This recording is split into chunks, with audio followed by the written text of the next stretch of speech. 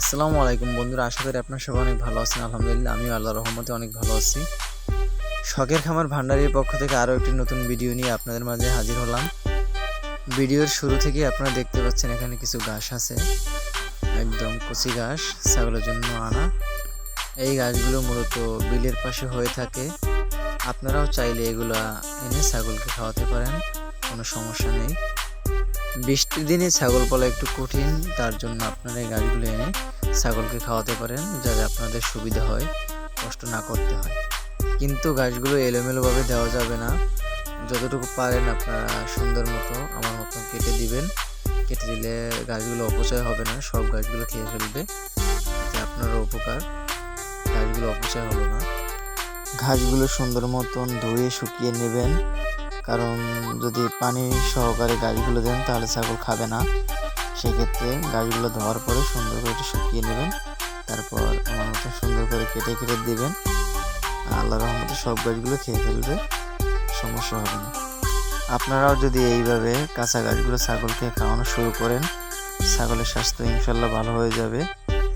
যতই দানাদার খাবার খাওয়ান না কেন, কাঁচা ঘাসের সামনে কোনো দানাদার খাবার নেই। যদি নিয়মিত কাঁচা ঘাস খাওয়াতে পারেন তাহলে অটোমেটিকভাবে ছাগলের স্বাস্থ্য বেড়ে যাবে। আর একটু নিয়মিত কৃমির ওষুধটা দিতে হবে, তাহলে ইনশাল্লাহ আপনাদের ছাগল অনেক ভালো থাকবে আশা করি।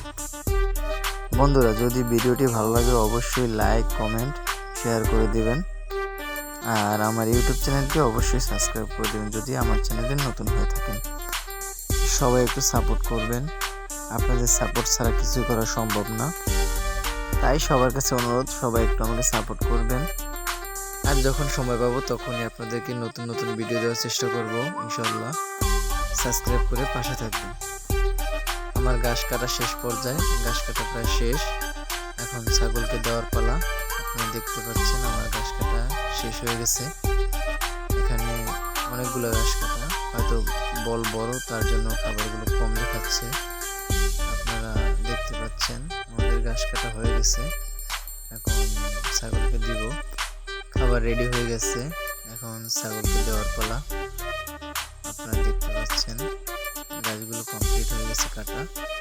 এভাবে কেটে দিলে ছাগল খাওয়ার জন্য প্রস্তুত থাকবে, কোনো খাবার অপচয় হবে না। দেখেন ছোট ছোট বাচ্চারাও খাওয়ার জন্য প্রস্তুত হয়ে গেছে।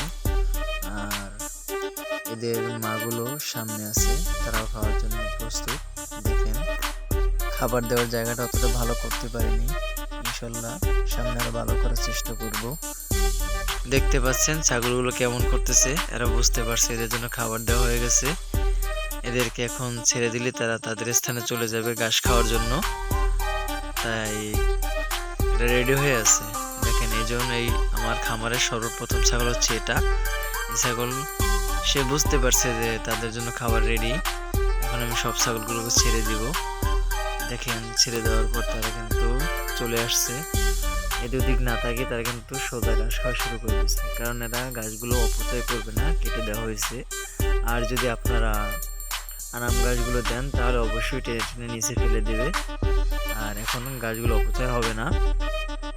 আর রাস্তা গাছগুলো দিলে অনেক অপচয় হবে, আপনারও তাতে ক্ষতি, সেজন্য এভাবে কেটে কেটে গাছগুলো খাওয়াবেন।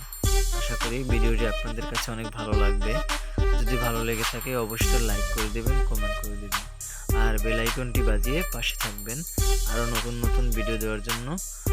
আমিও আপনাদের পাশে থাকবো। আল্লাহ হাফেজ, সবাই ভালো থাকবেন, সুস্থ থাকবেন।